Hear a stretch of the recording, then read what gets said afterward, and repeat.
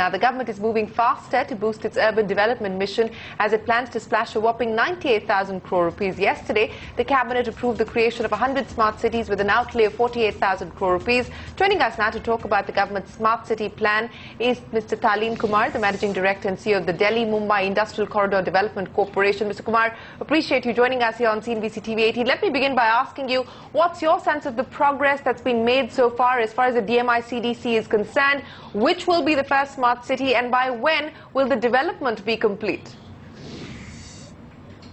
So DMIC now has well and truly entered the implementation phase, and we are going ahead with 5 smart cities wherever we could get land. And these 5 are Dholera in Gujarat, Shendra Bitkin in Maharashtra, Vikram Udyogpuri Township near Ujjain in Madhya Pradesh, Integrated Industrial Township in Greater Noida in UP, and the 5th one is Global City in Gurgaon in Haryana. Now, you asked me about which is going to be the first one. Well, the first ICT consultant hiring tender, RFQ cum RFP, has been floated for Dholera. So I guess you can say that Dholera is more advanced than the others in all the 5 cities. The first phase is we are targeting by the end of 2019 in all these cities.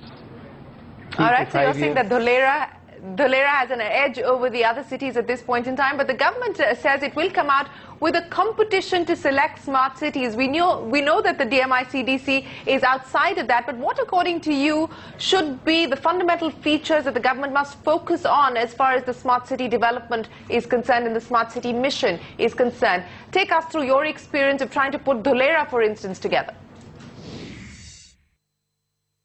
Okay. We have been mainly focusing on greenfield smart industrial cities right from 2011 onwards. And the key feature of a smart city is what you do with real-time data, how you deploy ICT to use real-time data for 2 purposes. One is for making infrastructure verticals more efficient. B, for improving the quality of life of the citizens in the city.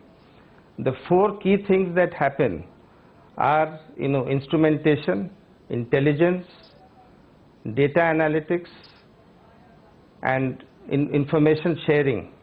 What happens is large data analytics and large use of information sharing leads to decision making in real time, which leads to infrastructure verticals becoming more efficient, and B, the quality of life of people is also improved in that city.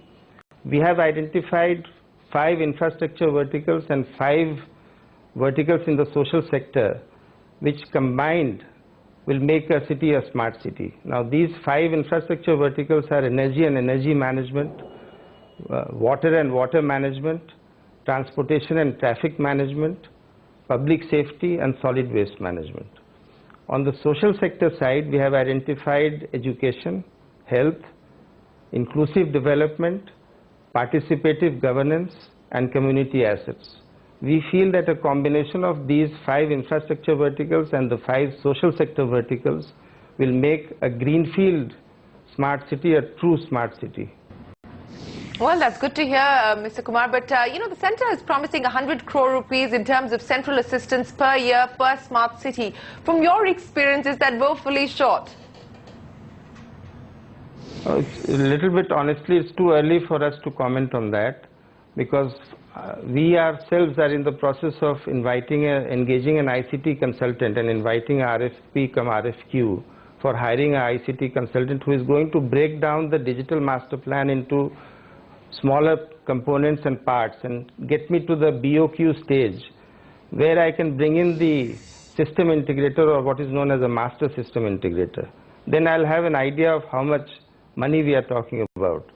But to my mind, having said that, the amount that you are saying is also a sizable and significant amount, because it says that, from whatever I know, it says that this is the contribution of Government of India, which can be leveraged to get contribution from states, from local governments, and also from the private sector, depending on how the project is structured. Oh, absolutely. That is the central assistance of 100 crore rupees per year. A lot will depend on the private sector's participation as well. But Mr. Talin Kumar, it's been a pleasure speaking with you. Thank you very much for joining us and giving us an update of where things currently stand as far as the DMICDC's plans for smart cities are concerned. Dholera is likely to be the first off the block.